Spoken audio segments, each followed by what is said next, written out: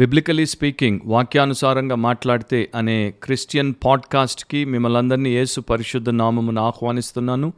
ఈ వారము మన ఎపిసోడ్లో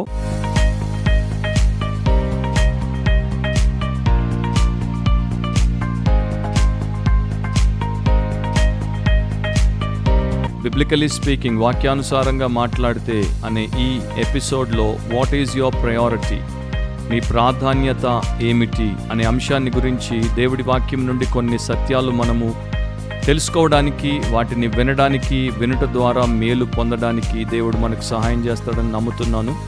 ప్రస్తుతం మనందరికీ తెలుసు, కోవిడ్ పాండమిక్ అనేది మన దేశాన్ని, భారతదేశాన్ని అతలాకుతలం చేస్తోంది. అనేకులు విస్తృతమైనటువంటి రీతిలో, ఎన్నడూ కని విని ఎరుగనటువంటి రీతిలో ఈ యొక్క పాండమిక్ ద్వారా సమస్యాత్మకమైనటువంటి పరిస్థితుల్లోనికి వెళ్ళిపోయారు.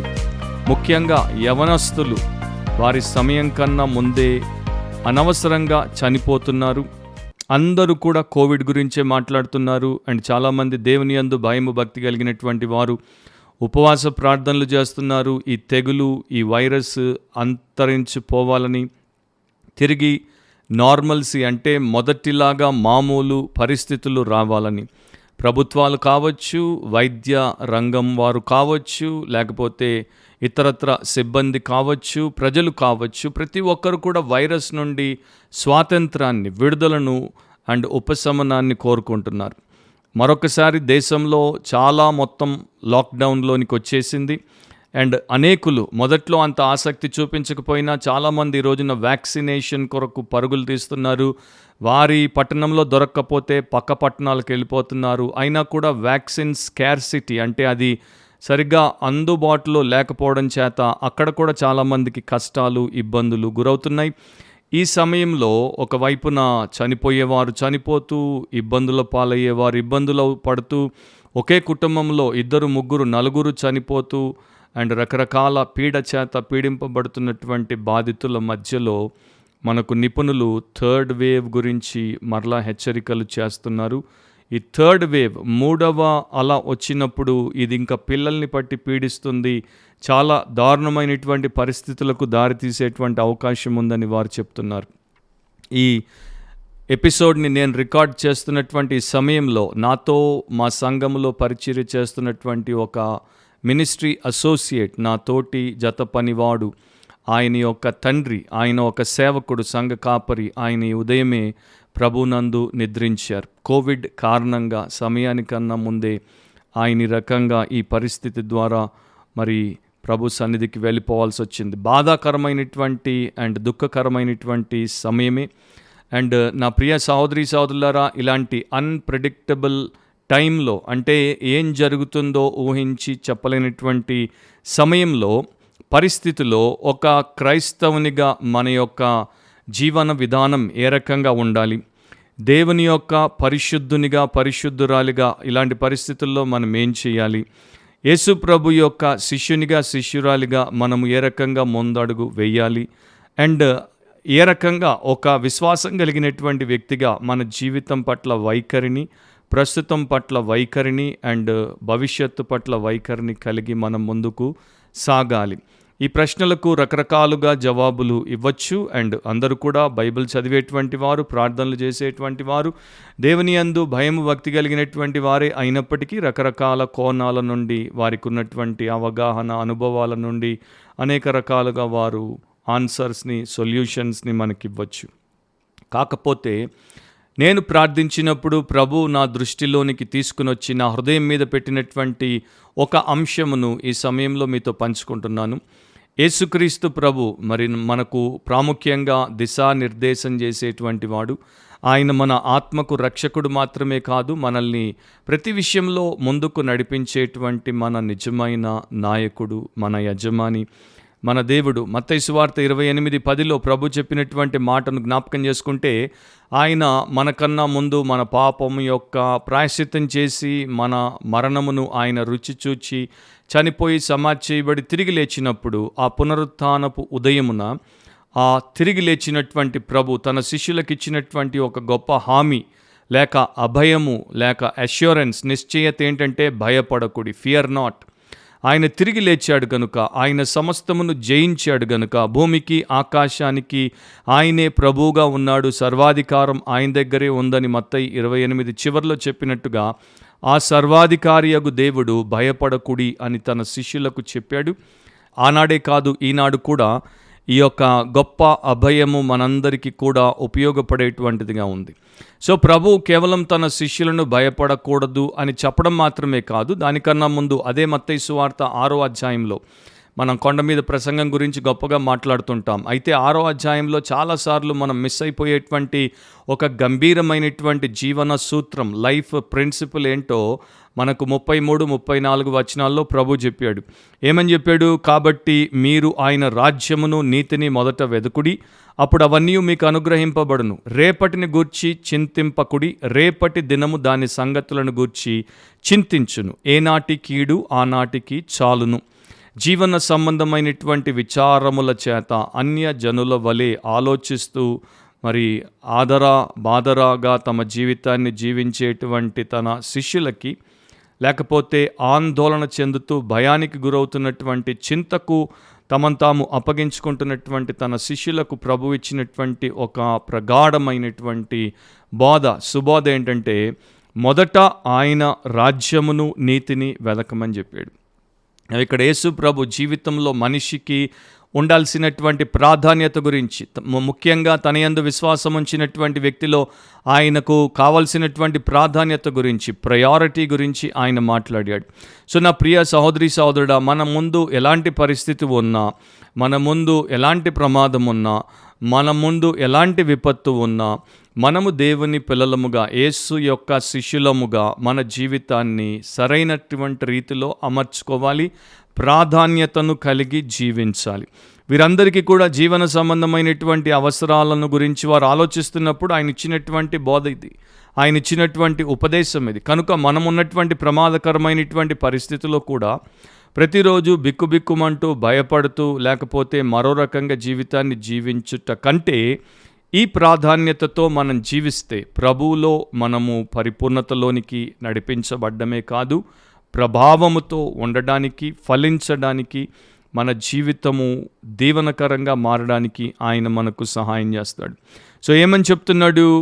ఇది ఈ లోకానికి అర్థం కాకపోవచ్చు, అండ్ మనలో కూడా చాలామందికి ఇది వెంటనే అర్థం కాకపోవచ్చు. అయినా పర్వాలేదు, దేవుడి వాక్యమే మన జీవితానికి దిశానిర్దేశం చేయాలి. సో ప్రభు ఏం చెప్తున్నాడు?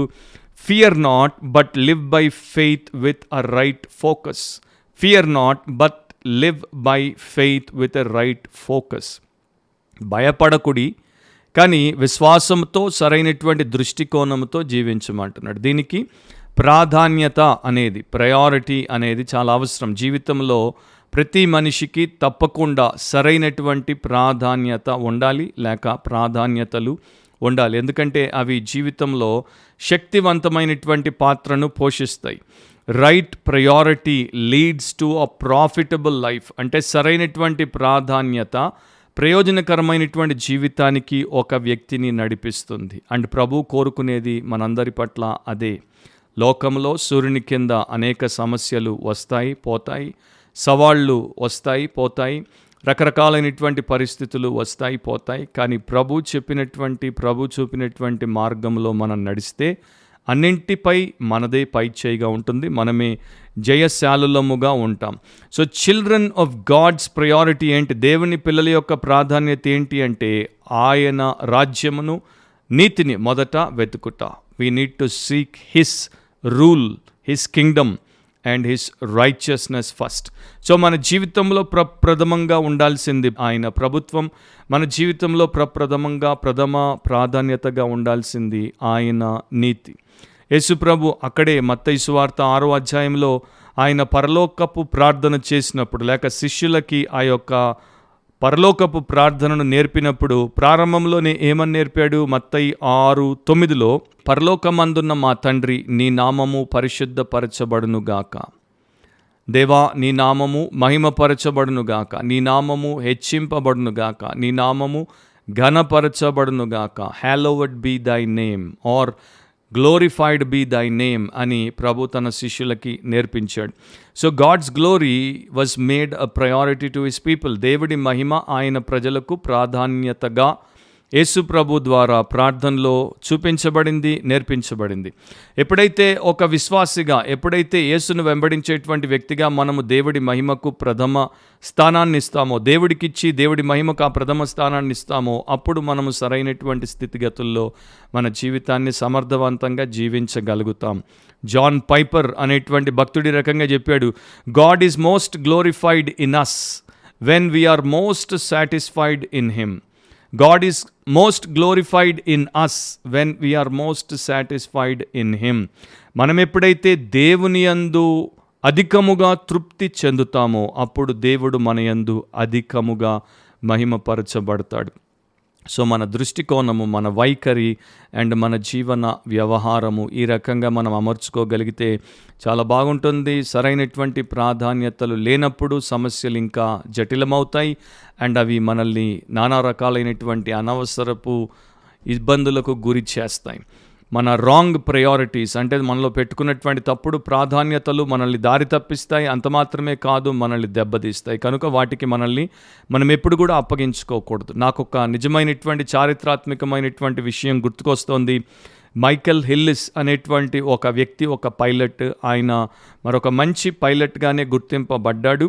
కాకపోతే ఈ 29 సంవత్సరాల పైలట్ కెప్టెన్ ఆయన ఏదైనా పరిస్థితిని ఎదుర్కొన్నప్పుడు గాబరా పడేవాడు. అంటే ఆయనకి ఏదైనా టెన్స్ సిచ్యువేషన్ వస్తే ఆయన వెంటనే చాలా చాలా గాబరా పడిపోయేవాడు. సో దీన్ని బట్టి ఆయన పనిచేస్తున్నటువంటి ఒక ఎయిర్లైన్ వారు ఆయన్ని ఉద్యోగం నుండి తీసేశారు. అదే సమయంలో మరొక ఎయిర్లైన్కి ఆయన అప్లికేషన్ పెట్టుకొని అక్కడ దాంట్లో చేరిపోయాడు. చేరిన తర్వాత ఆయన మరొక రోజున తన తోటి పైలట్తో కలిపి ఒక విమానాన్ని ఒక చోట నుండి ఇంకొక చోటికి తీసుకెళ్తున్నాడు. సో ఆయన ఈ యొక్క ఫ్లైట్ 3379 అనేటువంటి ఫ్లైట్ని ఆయన దించాలి. 6:33 సాయంత్రం. ఇంకో 2 నిమిషాలు 4 మైళ్ళ దూరంలో వారి ఎయిర్పోర్ట్ వారికి కనబడుతోంది. కాకపోతే కాక్పిట్లో ఆయనకి ఆ యొక్క ప్యానెల్ మీద ఒక లైట్ వెలగడం మొదలుపెట్టింది. వారికి మరి ఆయనతో పాటు హిల్లిస్తో పాటు ఆ టైంలో మాథ్యూ సెయిలర్ అనేటువంటి కో పైలట్ కూడా ఉన్నాడు. ఆ లైట్ వారికి ఏం సిగ్నల్ అంటే ఏదో ఒక ఇంజన్ ఫెయిల్యూర్ అయింది అన్నదానికి సిగ్నల్. సో ఇద్దరు వెంటనే ఆ విమానానికి ఉన్నటువంటి 2 ఇంజన్స్లో ఏ ఇంజన్ ఫెయిల్ అయిపోయిందో చూడడంలో, పసిగట్టడంలో మునిగిపోయారు.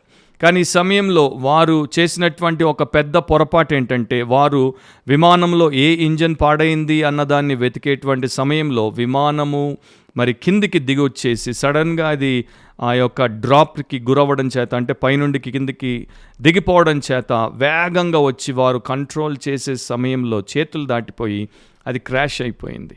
క్రాష్ అయినప్పుడు దాంట్లో ఉన్నటువంటి 20 మందిలో 15 మంది, ఆ 15లో ఈ 2 పైలట్లు హిల్లిస్ అండ్ సెయిలర్ ఇద్దరు కూడా అనవసరంగా చచ్చిపోయారు.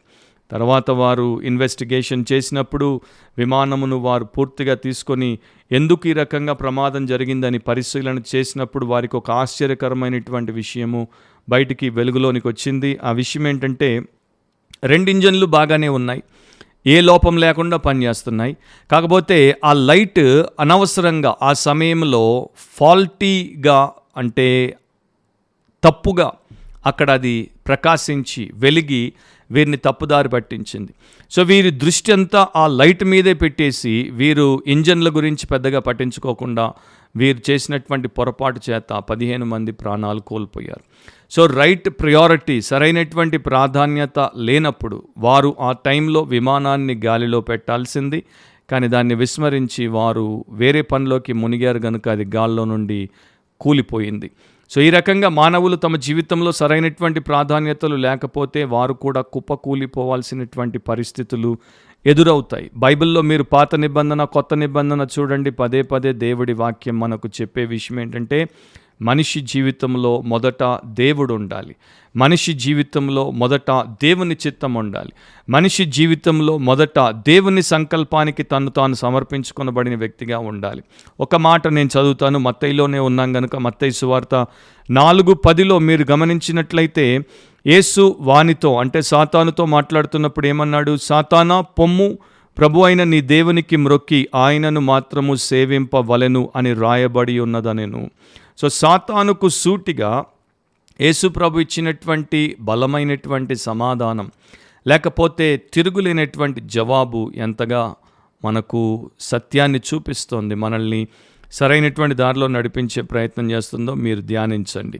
So examples of putting God first, దేవుడిని మొదట పెట్టినటువంటి వారి జీవితాలు ముగింపులో ఏ రకంగా ఉన్నాయో కూడా నేను మీకు క్లుప్తంగా జస్ట్ జ్ఞాపకం చేస్తాను. కొన్నింటిని, అన్నింటిని కాదు, చాలా ఉన్నాయి కానీ కొన్నింటిని జ్ఞాపకం చేస్తాను. ప్రప్రథమంగా ఆదికాండం 5వ అధ్యాయం 22, 23, 24 వచనాలు చదివితే, హానోకు మెతూషెలను కనిన తరువాత 300 ఏండ్లు దేవునితో నడుచుచు కుమారులను కుమార్తెలను కనెను. హానోకు దినములన్నీ 365 ఏండ్లు.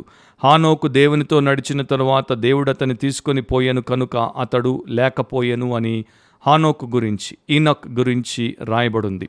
మరి ఈనక్ ఏం చేశాడు? తన ఈవిల్ జనరేషన్లో, తన చెడ్డ తరము వారి మధ్యలో ఆయన కూడా చెడి పడిపోకుండా ఆయన దేవుడికి ప్రథమ స్థానాన్నిచ్చి, దేవుడి యందు భయము, భక్తి, విశ్వాసము, విధేయతలు కలిగి లోకమంతా దేవుడికి వీపు చూపి విచ్చలవిడిగా ఇటువైపు నడిచి నాశనానికి పోతుంటే ఆయన వారికి వ్యతిరేక పదంలో దేవుడికి విధేయుడై విశ్వాసముతో దేవుడితో నడిచాడు. సో దేవుడికి ప్రథమ స్థానాన్ని ఇచ్చాడు. దేవుడే తన జీవితానికి ప్రాధాన్యత అని ఎంచాడు కనుక హానోకు దేవుడితో నడిచాడు అండ్ దేవుడు అతన్ని కొనిపోయాడు అని బైబిల్లో మనం చదువుతున్నాం. ఆ తరువాత ఆదికాండం 6వ అధ్యాయం 9వ వచనాన్ని చదివితే, నోవహు వంశావళి ఇదే. నోవహు నీతిపరుడును తన తరములో నిందారహితుడినై ఉండెను. నోవహు దేవునితో కూడా నడిచినవాడు అని రాయబడింది. నోవా ఎలాంటి తరంలో బ్రతికాడో మనందరికీ తెలుసు. వారందరూ కూడా నీచులు, వారందరూ కూడా పాపులు, వారందరూ కూడా దుర్మార్గులు. భూమి మీద చెడుతనం విస్తృతంగా పెరిగిపోయింది. అలాంటి వారిని సృజించినందుకు దేవుని హృదయము ఎంతగానో వేదనకు గురైంది. ఆయన బాధపడ్డాడు, వీరందరినీ తుడిపెట్టేస్తానన్నాడు. కానీ వారందరి మధ్యలో నోవహు దేవుడికి నిందారహితుడిగా, నీతిమంతుడిగా కనపడ్డాడు. ఎందుకంటే నోవహు ఒక తీర్మానాన్ని చేసుకున్నాడు. ప్రపంచమంతా పాపానికి పెద్దపీట వేసినప్పుడు నోవహు తన పరిశుద్ధుడగు ప్రభువుకి పెద్దపీట వేశాడు. ఆయనను ప్రథముడిగా తన జీవితంలో ప్రథమ స్థానంలో పెట్టుకున్నాడు. దేవుడి చిత్తానికి ప్రాధాన్యతనిచ్చాడు. కనుక కని విని ఎరుగని రీతిలో దేవుడిచ్చినటువంటి గొప్ప అసైన్మెంట్ని, గొప్ప ఆదేశాన్ని పూర్తి చేయడానికి తన కుటుంబం శాయశక్తులా పనిచేశారు. సో నోవహు ఏం చేశాడు అంటే ఆయన దేవుడి రాజ్యానికి, దేవుని నీతికి తాను అప్పగించేసుకున్నాడు. మూడవదిగా ఆదికాండం 12:4 మీరు చూస్తే అబ్రామ్ గురించి రాయబడింది. అబ్రామ్ గురించి దేవుడు ఏం చెప్తున్నాడు? యెహోవా అతనితో చెప్పిన ప్రకారం అబ్రామ్ వెలను.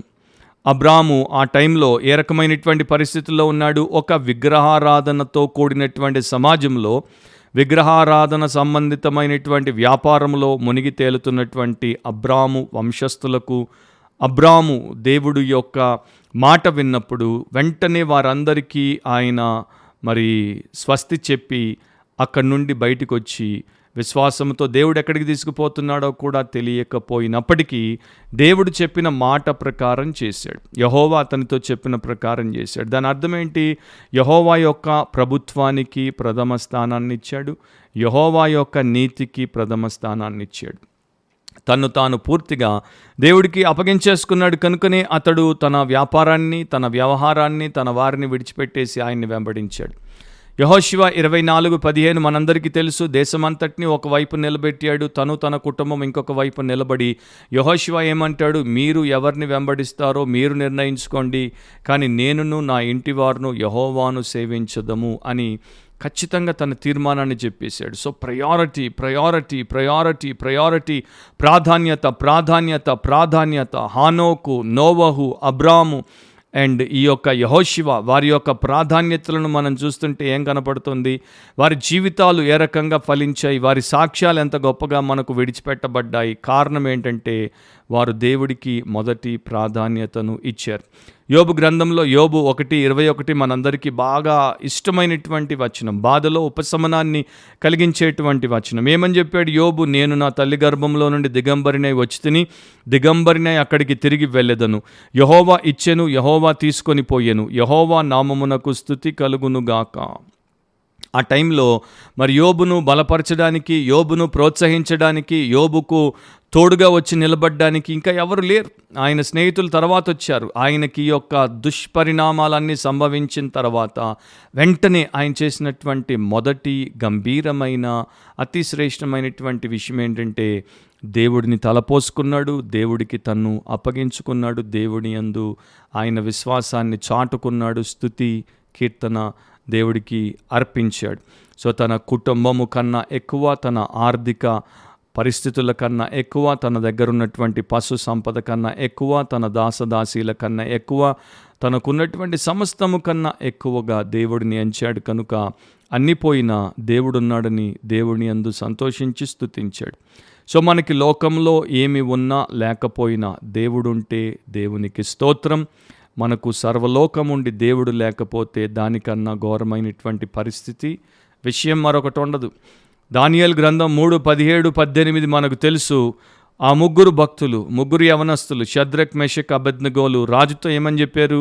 మేము సేవించుచున్న దేవుడు మండుచున్న వేడిమి గల ఈ అగ్ని గుండములో నుండి మమ్మను తప్పించి రక్షించుటకు సమర్థుడు, మరియు నీ వశమున పడకుండా ఆయన మమ్మను రక్షించును. ఒకవేళ ఆయన రక్షింపకపోయినను రాజా, నీ దేవతలను మేము పూజింపమనియు నీవు నిలవబెట్టించిన బంగారు ప్రతిమకు నమస్కరింపమనియు తెలుసుకొను. సో రాజుకు వారు సవాలు విసిరారు. వారి ప్రాణం కన్నా ఎక్కువగా వారు వారి దేవుడికి ప్రాధాన్యతనిచ్చారు. వారి భవిష్యత్తు కన్నా ఎక్కువగా వారు వారి దేవుడికి ప్రాధాన్యతనిచ్చారు. వారి సంబంధీకుల కన్నా ఎక్కువగా వారు వారి దేవునికి ప్రాధాన్యతనిచ్చారు. అలా మనం చూసినప్పుడు షద్రక్, మెషక్, అబేద్నెగోలను చూసినప్పుడు మనం ఏం నేర్చుకోవాలి? ఏమి మనము దాంట్లో మన జీవితానికి అప్లై చేసుకోవాలి? దానియేలు 6:10 కూడా మీరు గమనించినట్లయితే ఈ రకంగా రాయబడింది వాక్యంలో, ఇట్టి శాసనము సంతకము చేయబడినని దానియేలు తెలుసుకొనినను అతడు తన ఇంటికి వెళ్ళి యథాప్రకారముగా అనుదినము ముమ్మారు మోకాళ్ళుని తన ఇంటి పైగది కిటికీలు యెరూషలేము తట్టునకు తెరవబడి ఉండగా తన దేవునికి ప్రార్థన చేయుచు ఆయనను స్తుతించుచు వచ్చాను. సో తన దేవునికి ప్రార్థన చేస్తూ ఆయన్ని స్తుతిస్తూ వచ్చాడు. అక్కడ శాసనం ఏంటంటే 30 దినాలు మరొకరికి ఎవరైనా ప్రార్థన చేస్తే, అభ్యర్థన చేస్తే వారిని చంపేయాలి, సింహముల గుహలో వారిని వేసేయాలి. అది తెలిసిన తర్వాత కూడా దానియేలు వచ్చి ఎంతగా దేవుడికి ప్రథమ స్థానాన్ని ఇచ్చి ప్రార్థన చేశాడో చూడండి. ఆయన జీవితం అంత ధన్యంగా ఎందుకు మారిందో అర్థమవ్వాలి. నూతన నిబంధనకు వచ్చేస్తే చాలా ఉన్నాయి ఎగ్జాంపుల్స్, వాటన్నిటిలోనికి నేను వెళ్ళట్లేదు. ఒక ఎగ్జాంపుల్ ఇస్తాను. యోహాను 3:29-30 వచనంలో, పెండ్లి కుమార్తె గలవాడు పెండ్లి కుమారుడు అయితే నిలువబడి పెండ్లి కుమారుని స్వరము వినేడి స్నేహితుడు ఆ పెండ్లి కుమారుని స్వరము విని మిక్కిలి సంతోషించును. ఈ నా సంతోషము పరిపూర్ణమై ఉన్నది, ఆయన హెచ్చవలసి ఉన్నది, నేను తగ్గవలసి ఉన్నది. బాప్తిస్మమిచ్చి యోహాను అరణ్యములో ఆయన పెరిగాడు, అరణ్యములో ఆయన బ్రతికాడు. అయినా కూడా ఆయన పరిచర్య చేయడానికి ప్రజానికం మధ్యలోనికి వచ్చిన తర్వాత ఆయన తన ప్రభువుని ఏ రకంగా ముందు పెట్టుకుని బ్రతకడమే కాదు, ఆయన్ని హెచ్చించాడో మనకి ఇక్కడ అర్థమవుతోంది. సో ఆయన హెచ్చవలెను, నేను తగ్గవలెను. ఇది ఎప్పుడు సాధ్యమంటే మనము ఆయన ప్రభుత్వం కిందికి వస్తామో అప్పుడే. మనం ఎప్పుడైతే మన స్వనీతిని ఆధారం చేసుకోకుండా ఆయన నీతిని మనకు ఆశ్రయంగా మార్చుకుంటామో అప్పుడే. సో ఒక మనిషిగా రక్షించబడినటువంటి దేవుని బిడ్డగా ఆయన రాజ్యము, నీతి మొదటగా మన జీవితంలో అది మనకుంటే మన జీవితము సరైన దిశలో వెళ్తుంది, దీవించబడుతుంది. లేకపోతే మన జీవితము సరైన దిశలో ఉండదు అండ్ దీవెన పొందదు. అది మనకు ఖచ్చితంగా తెలిసి ఉండాల్సినటువంటి విషయం. సో ఈ పాండమిక్ సిచ్యువేషన్లో, ఈ యొక్క మహమ్మారి కాలంలో అండ్ ప్రస్తుతం ఉన్నటువంటి పరిస్థితుల్లో మనము ఎంతకాలం ఈ రకంగా దీన్ని ఎదుర్కోవాలో, ఏ రకంగా మన భవిష్యత్తు ఉంటుందో వెనువెంటనే మనకు తెలియకపోయినా ఒకటి మాత్రం మనకు తెలుసు, మన దేవుడు మన భవిష్యత్తును తన చేతుల్లో కలిగి ఉన్నాడు. ఆయన అనుమతి లేకుండా ఏది మనకు సంభవించదు. అయితే మనము దీని గురించి భయపడుతూ, చింతిస్తూ, ఆందోళన చెందుతూ, ఆయాసపడుతూ, ఇంకో రకంగా జీవితాన్ని దుర్భరంగా మార్చుకోకుండా మొదట ఆయన రాజ్యాన్ని, నీతిని వెతుకుచు రేపటిని గూర్చినటువంటి చింత లేకుండా జీవించుట మనకు దేవుని యొక్క ఉపదేశం, ఆదేశం. అదే దేవుడు మనకి ఇచ్చినటువంటి సందేశం. కనుక ఆ రకంగా మనం ఉంటే మన జీవితం సార్థకం అవుతుంది. సో మనము ఆయన సన్నిధిలో, పరిశుద్ధమైనటువంటి దేవాది దేవుని యొక్క సన్నిధిలో నిలవబడేంత వరకు, ఆ సమయం వరకు ఏ రకంగా ఉండాలి? వాక్యం నుండి కొన్ని సూచనలు నేను మీకు చేస్తాను. ఎక్స్ప్లెనేషన్ ఇవ్వను, జస్ట్ ఫ్యూ బ్రీఫ్ పాయింట్స్ మీతో షేర్ చేస్తాను. అది మీకు ఒక డైరెక్షన్ ఇవ్వడానికి ఉపయోగపడుతుందని నా ప్రార్థన, నా ఆకాంక్ష. సో అదేంటంటే priorities of a God seeker. దేవుణ్ణి వెతికేటువంటి వాడు, దేవుణ్ణి కాంక్షించేటువంటి వాడు, దేవునికి ప్రథమ స్థానాన్ని ఇచ్చినటువంటి వానికి ఉండేటువంటి ప్రాధాన్యతలు, ఆ మనిషికి ఉండేటువంటి ఆ యొక్క ప్రాధాన్యతలు లేకపోతే ప్రయారిటీస్. మొట్టమొదట ఫిలిప్పీ 3:8-9 మనం చదివితే, అపోస్తలులైనటువంటి పౌలు ఫిలిప్పీ సంఘానికి తన హృదయంలో ఉన్నటువంటి విషయములను రాశాడు. వారికి తన హృదయాన్ని విప్పదీసి మరి ఆయన ఏమై ఉన్నాడో, దేని కొరకు జీవిస్తున్నాడో తెలియజేస్తున్నాడు. ఈ రకంగా చెప్పాడు, నిశ్చయముగా నా ప్రభు అయిన యేసుక్రీస్తును గూర్చిన అతిశ్రేష్టమైన జ్ఞానము నిమిత్తమై సమస్తమును నష్టముగా ఎంచుకొనుచున్నాను. క్రీస్తును సంపాదించుకొని ధర్మశాస్త్ర మూలమునైన నా నీతిని గాక, క్రీస్తునందలి విశ్వాసము వలననైన నీతి, అనగా విశ్వాసమును బట్టి దేవుడు అనుగ్రహించు నీతి గలవాడనై ఆయన యందు అగపడు నిమిత్తమును. అండ్ ఇక మీరు కంటిన్యూ అవుతే, ఆయనను ఆయన పునరుత్థాన బలమును ఎరుగు నిమిత్తమును అని పౌలు భక్తుడు చెప్తున్నాడు. సో అతనికి ఉన్నటువంటి డిజైర్, అతనికి ఉన్నటువంటి కోరిక, వాంఛ ఏంటో ఇక్కడ మనకు తెలుపబడింది. ఆయన్ని అంటే యేసుక్రీస్తును తెలుసుకోవాలని, ఆయన పునరుత్థాన బలమును తెలుసుకోవాలని, ఆయన మూలమున మాత్రమే దేవుడి ఎదుట నీతిమంతునిగా నిలువబెట్టబడాలని, అంత గొప్ప గంభీరమైనటువంటి కోరికను పౌలు కలిగి బ్రతికాడు. సో మనము కూడా మన జీవితంలో ప్రభు అయినటువంటి యేసునే మన యొక్క కోరికగా, మన కర్తవ్యముగా, మనకు ప్రాముఖ్యముగా పెట్టుకున్నట్లయితే అన్ని పరిస్థితులను తట్టుకోగలుగుతాం.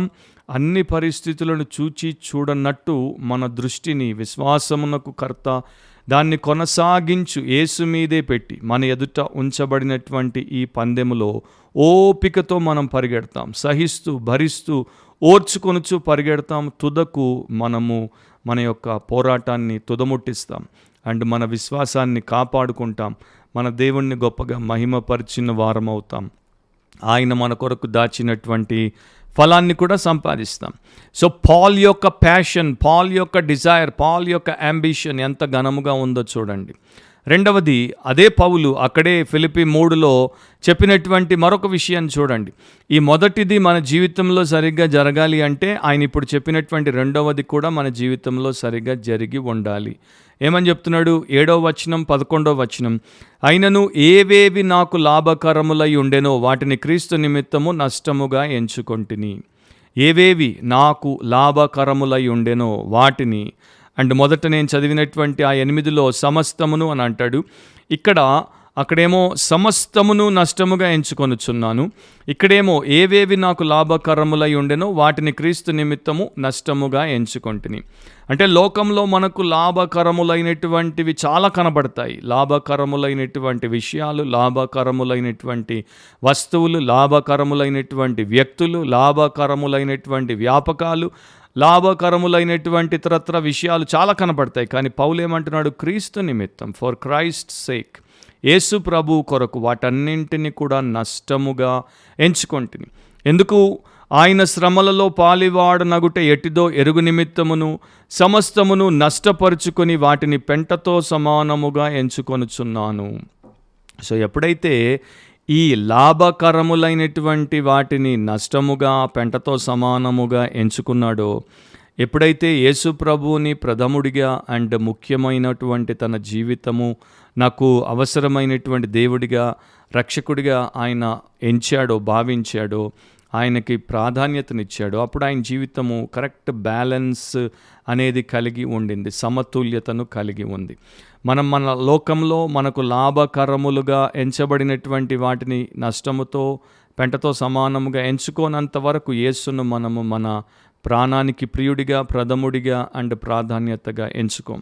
సో ఇది చేస్తే ఇది జరుగుతుంది. ఆర్ ఈ రకంగా ఎంచుకుంటే దీన్ని మనం చేయడంలో దేవుడి యొక్క కృపలో మనం ముందుకు బలపరచబడి సాగుతాం. సో ఆయనకున్నటువంటి సమస్తాన్ని విడిచిపెట్టేశాడు. 99% ఆఫ్ క్రిస్టియానిటీలో ఈ రోజున 99% మంది ఏ రకంగా ఉన్నారంటే, ఈ లోకంలో ఏవేవి వారికి లాభకరములుగా ఉన్నాయో వాటికి ప్రాధాన్యతనిచ్చేసి యేసును వారు విడిచిపెట్టేశారు. యేసుతో మాకు నష్టము కష్టము అనేసి ఆయాసపడి విడిచిపెట్టేశారు. మూడవ దాంట్లోనికి వెళ్తే priorities of a God seeker, దేవుణ్ణి వెంబడించేటువంటి వ్యక్తి యొక్క ప్రాధాన్యత. 2 కొరింథీ 5:9 అపోస్తులైనటువంటి పౌలు ఈ రకంగా చెప్పాడు, కావున దేహమందున్నను దేహమును విడిచినను ఆయనకిష్టులమై ఉండవలనని మిగుల అపేక్షించుచున్నాం. ఈ శరీరంలో ఉన్న శరీరాన్ని విడిచిపెట్టిన అంటే బ్రతికున్నా చనిపోయినా, ఇహలోకమందున్నా పరలోకంలో ప్రభు సన్నిధికి వెళ్ళిపోయినా మేము ఈ రకంగా జీవించాలని నిర్ణయించుకున్నాం. అపోస్తులైన పౌలు యొక్క పర్సనల్ అంబిషన్ ఏంటి అంటే దేవుడిని సంతోషపరచాలి, ఆయనకి ఇష్టునిగా ఉండాలి. ఎట్టి పరిస్థితుల్లో నా దేవునికి దుఃఖాన్ని, ఆయాసాన్ని, మనస్తాపాన్ని కలిగించకూడదు. ఎంత శ్రేష్టమైనటువంటి ఆలోచన చూడండి. ఈ ప్రయారిటీ ఒక వ్యక్తిని స్పిరిచువల్ జాయింట్గా మారుస్తుంది. అంటే ఇలాంటి ప్రాధాన్యత ఒక విశ్వాసిని ఆత్మీయ బాహురాలిగా మార్చగలదు. అందుకనే పౌలు అంత గొప్ప భక్తుడయ్యాడు. ఎందుకంటే ఆయనకి ఆయన సంతోషం ముఖ్యం కాదు, ఆయనకి దేవుణ్ణి సంతోషపెట్టుట ముఖ్యం. ఎఫ్ఎస్సి సంఘానికి రాసినప్పుడు కూడా ఎఫ్ఎస్సి 5:10 ఏమని చెప్తున్నాడు, కనుక ప్రభువుకేది ప్రీతికరమైనదో దానిని పరీక్షించుచు వెలుగు సంబంధుల వలె నడుచుకొనుడి. ఈయన చేశాడు, ఈయన బ్రతికాడు, వారికి చేయమంటున్నాడు, వారికి బోధిస్తున్నాడు. సో ప్రభువుకేది ప్రీతికరమైనదో దాన్ని పరీక్షించండి. నాకేంటి ప్రీతికరమైనది, నా ఇంటి వారికి ఏంటి ప్రీతికరమైనది, మరొకరికి ఏంటి ప్రీతికరమైనది కాదు. నన్ను సంతోషపెట్టేది, వీరిని సంతోషపెట్టేది, వారిని సంతోషపెట్టేది కాదు, దేవుడికి సంతోషాన్ని కలిగించేది. దేవుడు దేన్నైతే ప్రేమిస్తున్నాడో దాన్ని మనము పరీక్షించి తెలుసుకొని దాన్ని జరిగించి ఆయన్ని మహిమపరచుట, ఆయన్ని సంతోషపెట్టుట, ఇది మన లైఫ్కి ప్రాధాన్యతగా ఉంటే మన లైఫ్ ఎంత బాగుంటుందో చూడండి. ఎలాంటి పరిస్థితుల్లోనైనా ఉండొచ్చు మనం, కానీ ఆ టైంలో ఎంత గొప్ప ఆత్మీయ అనుభవంలో దేవుడు మనల్ని పెడతాడో చూడండి. సో ప్రియులారా, మీ సమయమును వృధాగా ఖర్చు పెట్టకండి, మీ సామర్థ్యాన్ని వృధాగా ఖర్చు పెట్టకండి, మీ యొక్క సొమ్మును వృధాగా ఖర్చు పెట్టకండి. వాటి ద్వారా మీ కొరకు సంతోషాన్ని సంపాదించుకునేటువంటి వృధా ప్రయాస చేయకండి. ఈ లోకంలో అన్నీ కూడా నశించిపోయేటువంటివే, అన్నీ కూడా నష్టమును కలిగించేవే, అన్నీ కూడా పెంటతో సమానమే. ప్రభు పక్కన దేనైనా మీరు పెట్టండి, అది పెంట కాకపోతే మరేంటి? అలాంటప్పుడు మనము ఆయన్ని సంతోషపెట్టుట ఎంత మంచిది. ఈరోజు చాలామంది హోమ్ ఐసోలేషన్లో ఉన్నారు, లాక్డౌన్లో ఉన్నారు, క్వారంటైన్లో ఉన్నారు. అలాంటి వారు ఇప్పటికి కూడా బుద్ధి తెచ్చుకోకుండా, ఇప్పటికి కూడా దేవుణ్ణి సంతోషపెట్టడానికి ఇక నా మిగతా శేష జీవితాన్ని వినియోగిస్తాను అనేటువంటి మంచి ఆలోచన చేయకుండా, ఇప్పటికి కూడా ఆ యొక్క మూలన పడి ఉన్నప్పటికి కూడా ఇంకా మాలిన్యమైనటువంటి మురికి పనులతోనే తమ సమయాన్ని గడిపేసి, తమ సొమ్మును ఖర్చు పెట్టేసి, తమ సామర్థ్యాన్ని పాడు చేసుకుంటున్నటువంటి వారిని చూసినప్పుడు అలాంటి వారిని గురించి ఇక దేవుడికి విడిచిపెట్టడం తప్ప మనమేమీ చేసే పరిస్థితుల్లో లేం.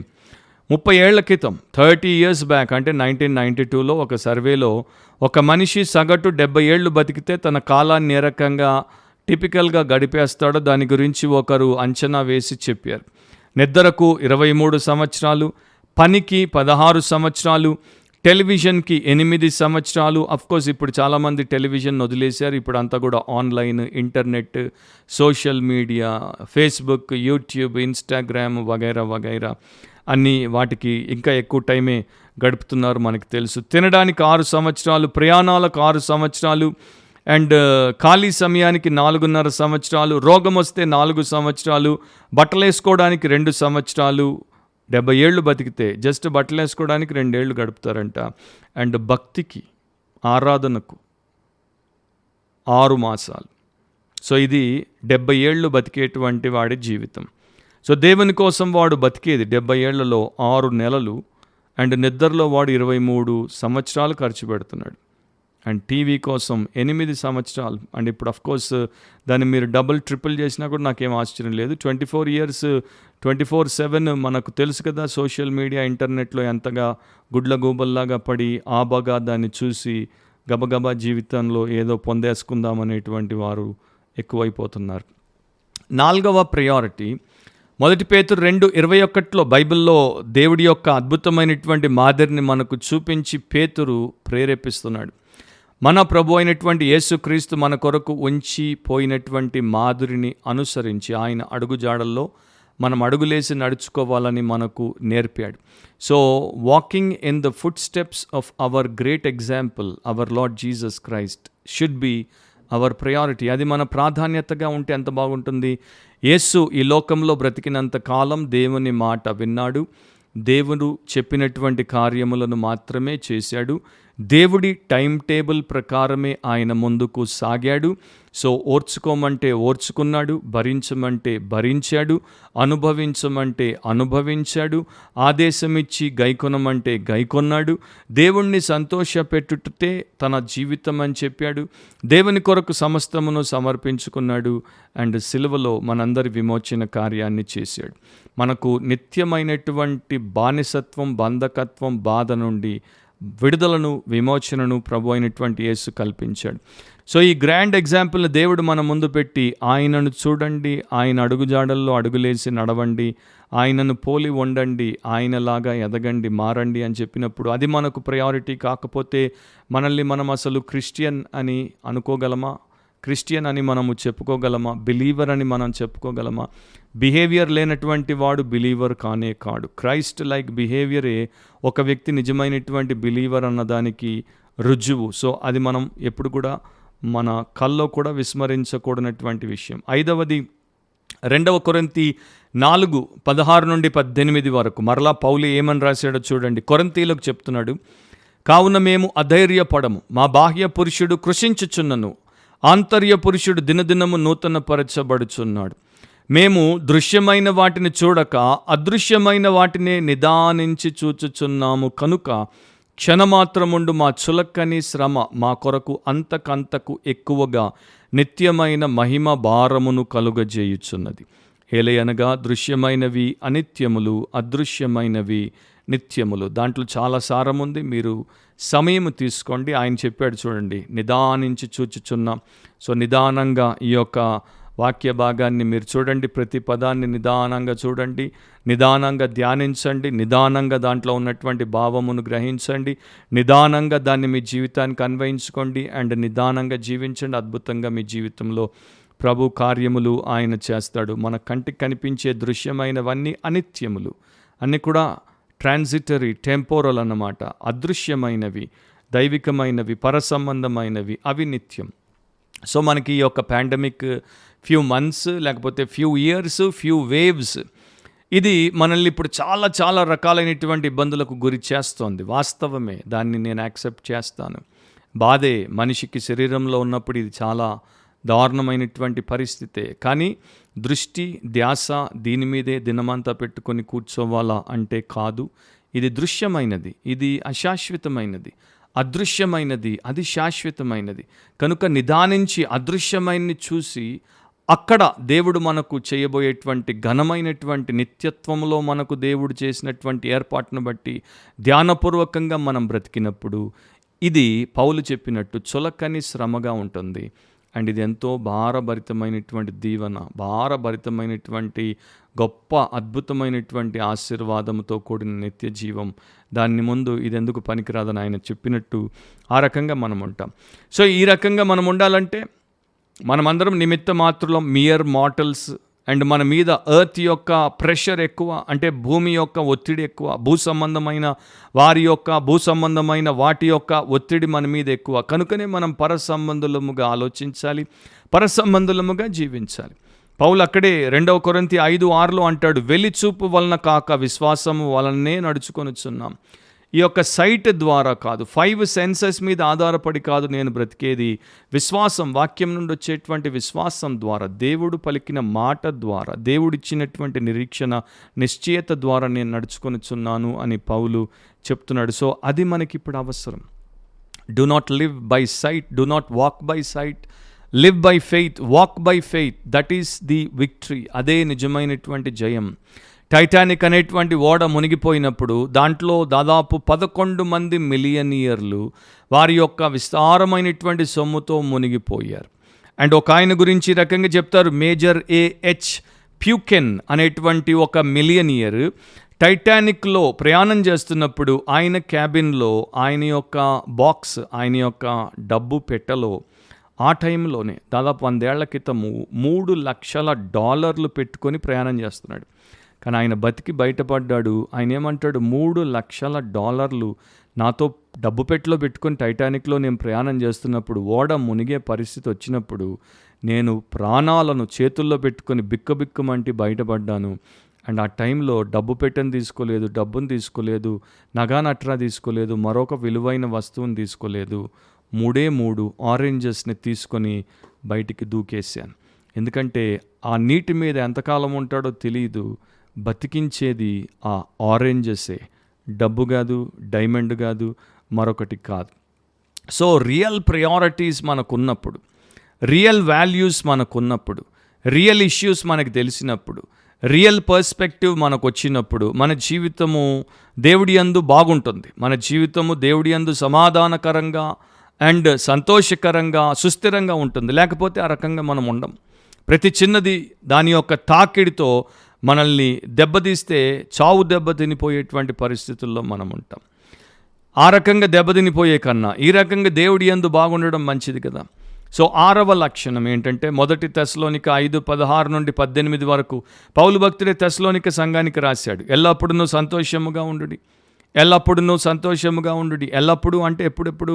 కోవిడ్ ఉన్నప్పుడు, కోవిడ్ లేనప్పుడు, అన్ని సమయాల్లో కదా. ఎల్లప్పుడూ సంతోషంగా ఉండండి అంటే మీకు స్థితిగతులు బాగా ఉన్నప్పుడు, బాగా లేనప్పుడు, మీరు ఆరోగ్యంగా ఉన్నప్పుడు, అనారోగ్యంగా ఉన్నప్పుడు, ఆర్థికంగా మీ దగ్గర సమస్య లేనప్పుడు, ఆర్థిక సమస్యలు ఉన్నప్పుడు, మీరు బయటికి వెళ్ళి చక్కగా స్వేచ్ఛగా తిరుగులాడగలిగినప్పుడు, తిరుగులాడలేనప్పుడు, ఐసోలేషన్లో ఉండాల్సి వచ్చినప్పుడు, ఎల్లప్పుడూ సంతోషముగా ఉండుడి, ఎడతెగక ప్రార్థన చేయుడి. నా ఇప్పుడు శ్రమ వచ్చిందా, ప్రార్థన చేయండి. అండ్ పరిస్థితులు బాగాలేవా, ప్రార్థన చేయండి. మన మీద మనం ఆధారపడలేమా, ప్రార్థన చేయండి. మన మీద మనం ఆధారపడి ఏమీ చేసుకోలేం, మనందరికీ తెలుసు. దేశమే చేతులెత్తేసింది, మన పాలకులే చేతులెత్తేసారు, అండ్ మన వ్యవస్థలే చేతులెత్తేసాయి. మనందరికీ తెలుసు. ఈ రోజున కనీసం ఆక్సిజన్ అందజేసి ఎన్నో అనవసరంగా పోయినటువంటి ప్రాణాలను నిలువబెట్టలేనటువంటి పరిస్థితి మన దేశాన్ని. భారతదేశం ఎంత గొప్ప బలమైన దేశముగా మరి గుర్తింపబడిందో, గౌరవించబడుతుందో ఈ రోజున మనకి తెలిసిపోతుంది. గాలిని, ఆక్సిజన్ని ఇవ్వలేని పరిస్థితి. కనుక దేవుడు అంటున్నాడు, ఎడతెగక ప్రార్థన చేయండి, కంటిన్యూవల్లీ ప్రే వితౌట్ సీజింగ్. ఎందుకంటే you need God's favour, you need God's help. దేవుడి సహాయం కావాలి, దేవుడి అనుగ్రహం కావాలి. దేవుడే మనకు ఆశ్రయం. ఆక్సిజన్ మీద ఇప్పుడు ఒక పేషెంట్ని పెడితే నిరంతరం గాలి పీల్చుకుంటూ వితౌట్ సీజింగ్ ఆక్సిజన్ ఎట్లా అవసరమై ఉందో ఆరోగ్యంగా అతడు తిరిగి మారడానికి ప్రే వితౌట్ సీజింగ్. ఆ రకంగా మనం ఇప్పుడున్న పరిస్థితుల్లో దేవుడి మీద ఆధారపడాలి. ఆయన దగ్గర నుండి ఆ యొక్క శ్వాస, ప్రార్థన ఒక శ్వాస, మనకు జీవం పోసేటువంటి శ్వాస. True spiritual oxygen is prayer. దాన్ని మనం పొందకుండా ఎట్లా ఉంటాం? సో ఎడతెగక ప్రార్థన చేయండి. 3వది ఏమంటాడు? ప్రతి విషయం నందును కృతజ్ఞతాస్తుతులు చెల్లించిడి, ఈలాగు చేయుట యేసుక్రీస్తు నందు మీ విషయంలో దేవుని చిత్తం. సో మన పట్ల యేసుక్రీస్తు నందు, నీవు యేసుక్రీస్తు నందు ఉంటే నీ పట్ల దేవుని చిత్తం ఏంటి? ప్రతి విషయం నందు, మరలా ప్రతి విషయం నందు కృతజ్ఞతాస్తుతులు చెల్లించడు. ప్రతి విషయం కొరకు కాదు, ప్రతి విషయం నందు. Give thanks in everything, not for everything but in everything. So ప్రభువా నేను దీనికోసం దానికోసం అని కాదు, కానీ మనము అనుమతించబడినటువంటి ప్రతి విషయంలో దేవుడికి సనిగి గొనిగి ఫిర్యాదులు చేయకుండా కృతజ్ఞతాస్తుతులు చెల్లించాలి. ఇది ఒక సెయింట్లీ యాటిట్యూడ్ అన్నమాట. అంటే పరిశుద్ధులకు ఉండేటువంటి వైఖరి, పరిశుద్ధుల యొక్క ధోరణి. వారు ఎల్లప్పుడూ సంతోషంగా ఉంటారు, ఎడతెగక ప్రార్థన చేస్తారు, అండ్ ప్రతి విషయంలో యేసుక్రీస్తు ద్వారా దేవుడికి కృతజ్ఞతాస్తుతులు చెల్లిస్తారు. ఎందుకంటే దేవుడి చిత్తం. Priorities in prayer. ఆండ్రూ బోనార్ అనేటువంటి గొప్ప ప్రార్థనాపరుడు, పరిశుద్ధుడు, దేవుని సేవకుడు, ఆయన 3 నియమాలు పెట్టుకున్నాడు, ప్రతిరోజు పాటించేవాడు. మొదటిది, యేసుతో మాట్లాడక మునుపు ఇంకొక మనిషితో మాట్లాడకూడదు. ఉదయం లేవగానే యేసుతో మాట్లాడక మునుపు మరొక మనిషితో మాట్లాడకూడదు. రెండవది, not to do anything with his hands until he had been on his knees. తన మోకాళ్ళ మీద మొదట ఉండకుండా, దేవుడికి ప్రార్థనలో మోకాలు వంచకుండా తన 2 చేతులతో ఏ పని చెయ్యకూడదు. మూడవది, not to read the newspapers until he he's read his Bible. తన బైబిల్ని చదివేంత వరకు న్యూస్ పేపర్లను చదవకుండుట. నీకు ఇలాంటి అలవాటు ఉంటే ఎంత బాగుంటుంది. నీవెంత ప్రార్థనాపరుడిగా, యేసు ముఖ దర్శనాన్ని చేసుకునేటువంటి మహిమ అనుభవంలో ఉండేటువంటి వ్యక్తిగా ఉండగలవు. ఇక చివరిది సెవెంత్ లక్షణం అన్నమాట, 7వ లక్షణం, టైటస్ 3:8 అంటే తీతు 3:8 మరలా పౌలే తీతుకు చెప్తున్నాడు, ఈ మాట నమ్మదగినది గనుక దేవుని యందు విశ్వాసం ఉంచిన వారు సత్క్రియలను శ్రద్ధగా చేయుటయందు మనస్సుంచినట్లు నీవి సంగతులను గూర్చి దృఢముగా చెప్పుచుండవలనని కోరుచున్నాను. ఇవి మంచివియు మనుష్యులకు ప్రయోజనకరమైనవియు నయ్యున్నవి. అక్కడ కూడా చాలా సారం ఉంది, నేను ఎక్స్ప్లెయిన్ చేయట్లేదు. ఏ మాట నమ్మదగినది? దేవుని యందు విశ్వాసం ఉంచిన వారు, విశ్వాసులు, దేవుని ప్రజలు సత్క్రియలను శ్రద్ధగా చేయుటయందు మనస్సుంచాలి. సో ఈ టైంలో కోవిడ్ బారిన పడిన కుటుంబాలు, కోవిడ్ పేషెంట్లు, లేక అలాంటి సహాయములను అందిస్తున్నటువంటి సంస్థలు, ఎన్జిఓలు, ప్రభుత్వము, సంఘాలు, వాటెవర్ సహాయపడుతున్నటువంటి వారికి నీవు కూడా చిన్న సహాయం. పేద విధవరాలు 2 నాణ్యాలు ఇచ్చేసింది. ఆమె తన కొడుక్కి తనకు ఏర్పాటు చేసుకున్నటువంటి ఆ కాసింతలు ఏలియాకి అప్పం చేసి పెట్టమంటే చేసి పెట్టేసింది. ఆ పిల్లవాడు భోజనం తెచ్చుకున్నాడు, కానీ అక్కడ చాలామంది, 1000 మంది వాక్యం విన్న తర్వాత ఆకలితో ఉన్నారని వినగానే అంద్రే వచ్చి, బాబు నీ దగ్గర ఏమన్నా ఉందిరా అంటే వెంటనే 5 రొట్టెలు 2 చేపలు ఇచ్చేసాడు. సో వీళ్ళందరూ తమ కొద్దిని వారు ఇతరుల మేలు కోసం, ఇతరుల క్షేమం కోసం సత్క్రియగా యేసు నామం పేరటిచ్చేశారు. సో విశ్వాసం ఉంచిన వారు సత్క్రియలను శ్రద్ధగా చేయుటయందు, అశ్రద్ధతో కాదు, అరాకొర మనసుతో కాదు, పాస్టర్ గారు చెప్పారు, ప్రసంగంలో బోధించాడు అని కాదు. నీవు నిజంగా విశ్వాసివైతే, నిన్ను దేవుడు ఎంతగా ఆదుకున్నాడో, ఎంత మేలు నీకు చేశాడో, నిత్యత్వంలో రుణాన్ని తీర్చుకోలేవు. అది నీవు నిజంగా కించిత్ అయినా గ్రహించుంటే తప్పకుండా రెసిప్రొకేట్ చేస్తావు, అంటే తప్పకుండా దాన్ని ఇతరులకి ఇస్తావు. గలిలియ సముద్రానికి మృత సముద్రం, డెడ్ సీకి ఉన్న తేడా ఏంటంటే, మృత సముద్రంలోనికి వచ్చిన నీరు బయటికి పోదు, అక్కడే ఉండి అది పనికి రాకుండా తయారవుతుంది. గలిలియ సముద్రంలోనికి వచ్చిన నీరు బయటికి పోతుంది కనుక అది ఎప్పుడు తాజాగానే ఉంటుంది, ఫ్రెష్గానే ఉంటుంది. క్రిస్టియన్స్ డెడ్ సీలుగా ఉండకూడదు, అంటే దేవుడి ద్వారా వచ్చిన దీవెన వారి దగ్గరే పెట్టుకొని మొరగబెట్టకూడదు, దాన్ని 10 మంది మంచి కోసం పంచాలి. సో గలిలియ సముద్రాల్లాగా మనం ఉండాలి. దేవుడు ఇస్తున్నాడు, దేవుడి నామమును ఇతరులకి మనం ఇస్తూ పోవాలి. అది మన యొక్క జీవన విధానం. సో పౌలు అంటాడు తీతుకి, ఈ సంగతులను గూర్చి దృఢముగా చెప్పుచుండవలనని కోరుచున్నాను. అంటే బలంగా, గట్టిగా, బాగా పెనెట్రేట్ అయ్యేటట్టు, అంటే వారి యొక్క హృదయంలోనికి దూసుకుపోయేటట్టు చెప్తూ ఉండు. సో సేవకుడు ఎందుకు చెప్తాడండి? దేవుడు చెప్పాడు కనుక, దేవుడి వాక్యంలో ఆదేశించబడ్డాడు కనుక. ఇవి మంచివి, మనుషులకు ప్రయోజనకరమైనవి కనుక దీని గురించి చెప్తూ ఉండు. అండ్ వాళ్ళు దీని గురించి శ్రద్ధతో మంచి క్రియలు చేసేటువంటి వారిగా ఉండాలి. సో ఈ రోజున ఎంతోమంది దుఃఖంలో ఉన్నారు, అవసరంలో ఉన్నారు, బాధలో ఉన్నారు, ఇబ్బందిలో ఉన్నారు, ఇరుకులో ఉన్నారు. సమస్య అనేటువంటి ఆ స్థితిగతుల్లో ఉన్నటువంటి వారికి చేయూతనివ్వట ఎంత గొప్ప విషయం. మత్తయి 10:42 యేసుప్రభువు ఒక మాట చెప్పాడు, మరియు శిష్యుడని ఎవడు ఈ చిన్నవారిలో ఒకనికి గిన్నెడు చన్నీళ్లు మాత్రము తాగనిచ్చును. గిన్నెడు చన్నీళ్లు మాత్రం, కప్ ఆఫ్ కోల్డ్ వాటర్ తాగనిచ్చిన వాడు తన ఫలము పోగొట్టుకొనడని నిశ్చయముగా మీతో చెప్తున్నాను. ఇంకేం కావాలండి మనకి? యేసు ప్రభువే నిశ్చయంగా చెప్తున్నాడు, verily verily I say unto you. So మీ యొక్క రివార్డ్ ఎక్కడికి పోదు. సో ఇలాంటి ప్రాధాన్యతలు, ప్రయారిటీస్ని మనము కలిగి మన దేవుణ్ణి ప్రప్రథమంగా, ఆయన ప్రభుత్వాన్ని ప్రప్రథమంగా, ఆయన నీతిని ప్రప్రథమంగా పెట్టుకొని బ్రతికితే, ఇప్పుడు అండ్ రాబోయే దినాల్లో బ్రతికితే మనం అన్నింటినీ జయించగలం, అన్నింటిలో దీవించబడతాం, ఇతరులకు దీవెనకరంగా ఉంటాం. మన జీవితంలో సమాధాన సంతోషములతో, సామర్థ్యము, సాఫల్యతలో కొనసాగి సార్థకులం అవుతాం. చరిత్ర చూడండి, చాలా దారుణమైనటువంటి పరిస్థితులు మనము ఇప్పుడు అంటే ఎదుర్కొంటున్నటువంటి స్థితి కన్నా 100 రెట్లు 1000 రెట్లు దారుణమైన పరిస్థితులను చరిత్రలో మన ముందున్న వారు ఎదుర్కొన్నారు. సో ఆ స్థితిగతులు, ఆ యొక్క తెగుళ్ళు, ఆ యుద్ధాలు, ఆ మరణాలు, ఆ యొక్క ఘోరమైనటువంటి పరిణామాలతో కూడినటువంటి ప్రకృతి వైపరీత్యాలు అన్నీ మనకు తెలుసు. వాటన్నిటి గుండా మానవ చరిత్రను దేవుడు తీసుకుని వచ్చాడు. మానవులు అంతరించిపోకుండా దేవుడు తీసుకుని వచ్చాడు. మనల్ని కూడా తీసుకెళ్తాడు. దేవుడికి స్తోత్రం ఆయన వచ్చేంత వరకు, లేక లోకానికి ఆయన చరమగీతం పాడేంత వరకు. సో అంతవరకు మనకు మన దేవుడున్నాడు. దేవుడి యందు మనకు ఆయన అనుమతి లేకుండా ఏమీ ఆపద సంభవించదు. సో విశ్వాసంతో ఉండాలి అండ్ దేవుడి యొక్క వాక్యానికి విధేయులమై ఉండాలి. డేవిడ్ లివింగ్స్టన్ అనేటువంటి భక్తుడు ఇంగ్లాండ్ను వదిలాడు, ఆఫ్రికాకి వెళ్ళాడు. ఆఫ్రికాలో విస్తృత సేవ చేశాడు. లక్షల మంది రక్షణకు కారకుడయ్యాడు. చనిపోయాడు. చనిపోయినప్పుడు ఒక వివాదం. ఇంగ్లీష్ వారు ఆయన మావాడు, మాకివ్వండి దేహం అన్నారు. ఆఫ్రికన్లు మీవాడైతే మా దగ్గరికి వచ్చి మాతో బతికాడు, మాతో చనిపోయాడు, ఆయన మావాడు అన్నారు. సో ఒక ఒప్పందం చేసుకున్నారు. ఇంగ్లీష్ వారికేమో శరీరాన్ని ఇచ్చారు, ఆఫ్రికన్లకేమో హృదయాన్ని ఇచ్చారు. ఎందుకంటే డేవిడ్ లివింగ్స్టన్ యొక్క హృదయం హార్ట్ ఆఫ్రికా మీదే ఉండింది కనుక ఆయన యొక్క గుండెకాయను తీసి ఒక పెద్ద చెట్టు దగ్గర దాన్ని పాతి పెట్టుకున్నారు ఆఫ్రికన్లు. ఆయన పార్థివ దేహాన్ని ఇంగ్లాండ్కి పంపిస్తే దాన్ని వెస్ట్మినిస్టర్ యాబీలో వారు పాతి పెట్టుకున్నారు. ఇప్పుడు డేవిడ్ లివింగ్స్టన్ యొక్క హృదయం ఎక్కడుంది అనే ప్రశ్నకి ఆన్సర్ ఏంటంటే ఆఫ్రికాలో ఉంది. నా ప్రియ సహోదరి సహోదరుడా, స్నేహితుడా, నీ హృదయం ఎక్కడుంది అన్న ప్రశ్నకి ఆన్సర్ ఏంటి? ప్రభు అయిన యేసునందు ఉంది, దేవుని పాదముల యొద్ద ఉంది, వాక్యానుసారమైనటువంటి జీవితంలో ఉంది అన్నది ఆన్సర్గా వస్తుందా?